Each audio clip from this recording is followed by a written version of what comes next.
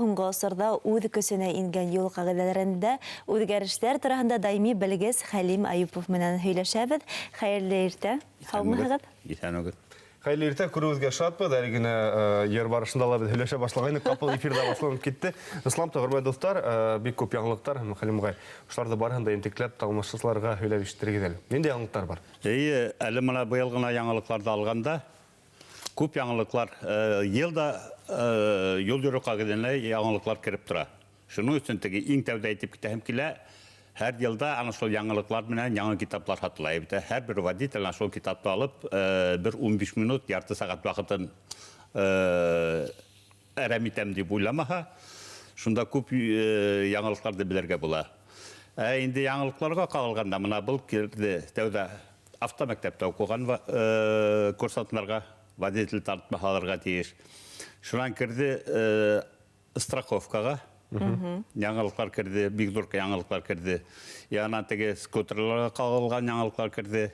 Һәм инде мына әле яңылыҡларҙың берһе дип әйтергә кәрәк, тулыһынса кирип етмәне, әммә ләкин ул яңылыҡ буласаҡ. Ул инде мына мин ул яңылыҡты бик яҡшы дип уйлайым. Күбеһе юл йөрөгәндә камералар төшөрмәһен өсөн номерларын, автомобиль номерларын ҡаплап йөрөйләр, йә сепрәк ташлайлар, йә булмаһа яфраҡ булһа ла йәбештереп ҡуялар. Анһы инде теге ГИБДД хеҙмәткәрҙәре туҡтатһа, мин белмәйем, мына яфраҡ үҙе йәбешкән дейеберәк, шундайыраҡ. Ҡайһы берләре хатта автомобиль номерларын һалдырып йөрөйләр. Мына алар өсөн хәҙер штрафлар күбәйәсәк һәм водитель танытмаһы bir yılға хәтле, йыл ярымға хәтле алып ҡаласаҡлар. Мына ул элек штрафлар ҙур түгел ине, һәм водитель танытмаһы алыуы ла ҙур түгел сроклары. Мына быны мин бик яҡшы яңылыҡ дип уйлайым. Хәлим ағай, менә мәҫәлән, ДТП урынынан ҡасҡан водительгә уға нимә була? Водительгә иң тәүҙә аны 15 сутка ултырталар. Әгәр инде ул ДТП урынынан ҡасһа һәм анда яраланған кешеләр булһа, яки инде үлгән кешеләр булһа, шул ваҡытта был инде водитель хәҙер был яңылыҡ былтыр кирде. Аны нетрезвым состояние дип яҙасаҡлар, теге эскән икән дип. Ул хәҙер эсмәгән булһа ла, элек водителдәр нисә ҡаса торғандар. Мына төшөргән булһалар, эскән булһалар ҡасалар да, шунан 3 көндән, яки бер аҙнанан үҙләре ГИБДД-ға килә торғандар, яки 1-2 көндән, әгәр инде эскән ваҡытлар үтһә, мына теге мин айныҡ инем, ҡурҡып ҡастым, теге шоком состояние был дип, хәҙер инде водитель авария урынын ҡалдырып китһә, был инде уже эскән кеше тип шутланасаҡ. Әгәр инде шул ваҡытта берәй йәрәхәтләнһә кеше йәки үлһә. Улай инде тәүҙә 15 сутка ултыртып ҡуясаҡлар. Һәм инде штрафлар бик ҙур. Ниндәйҙер икенсе яҡта ҡарамайҙар, бәлки ысынлапта шок булғандыр кешегә?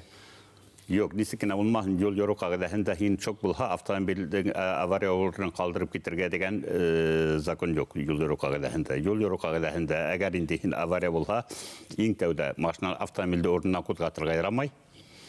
Аварийный знак ҡуйырға кәрәк. Ҡалала 15-30 метр, инде 150-300 метрға хәтле ҡуйырға кәрәк ҡала ситендә, населенный пункт дип әйтергә кәрәк. Һәм инде аварийканы ҡабатырға кәрәк. Тағы бына бер ниҙе әйтеп китәһе килә.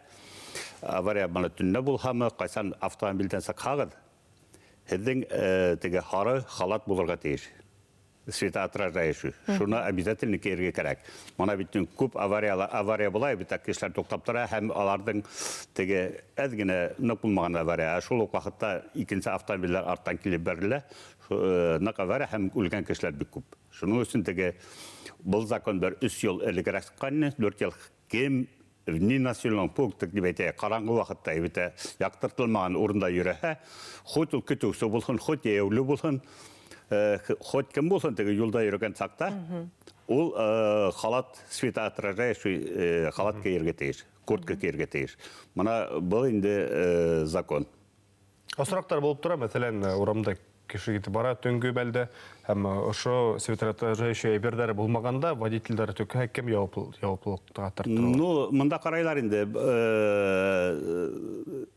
теге йәһәт кенә кемнең ғайыплы, кім ғайыплы декенін, мұнда может водитель ғайыплы, может еулі ғайыплы, қазір бітінде еулі теге света отражающий халаты болмаға, аны теге водитель аны бәріге деген түгіл, может быть, мұна бұл нәмә үшін деп етерге керек. Мен азырақ аңлатып кетем, әгер енді мұна қара кейім болға ебіті, 15-20 метр жолда, әгер енді ақ кейім болға бір 50-100 метр дегендей 70 метр көріне автомобильдің. Енді мұна света отражающий халат болға, ол 200-250 метрға қатылы көріне. Көп кеші бетін жолда ближний свет фарбынан жүрі ебіті. Ол бетінде әрләні ерақ яқтыртмай. Енді мұна шол света отражай халат болса, ол аны яқтырды. Мұна шының үшін болса қан закон. Һәм айырылса самокаттар темаһына күҙ һалайыҡ. Аҙаҡҡы 2-3 йылда самокаттар бик күбәйҙе һәм улар ниндәй ҡағиҙәне иҫтә тоторға тейештер? Иң тәүҙә самокатта йөрөгәндә, мұна тротуарда йөрөһәң һиңә, әгәр инде вело юл булмаһа ебетә, Махсус юл. Махсус юл булмаһа велосипедлар өсөн тротуардан йөрөгән вакытта, мұны аңлатта башлаганда шулай кәрәк. Ул самокатларга бүленә 3 категория. 7 яшькә хәтле, 7 яшьтән 14 яшькә хәтле, 14 яшьтән һәм олы. 7 яшькә хәтле алар олылар ниткәндә ихаталагына йөрергә тиеш дип әйтергә кәрәк, һәм тротуарда гына йөрергә тиеш. Инде 14 яшькә хәтле алар шул велодорожка яки тротуардан гына. Шунан 14 яшьтән оларак булганнар, алар юлга сагаяла, бұл инде тагыла бер кагыйда бар, әгәр тротуар булмаһа яки велодорожка булмаһа. Әмма монда бер кагыйда бар, бұл булырга тиеш автомобильләр теге 60 чакрымдан артык йөрмәгән урында.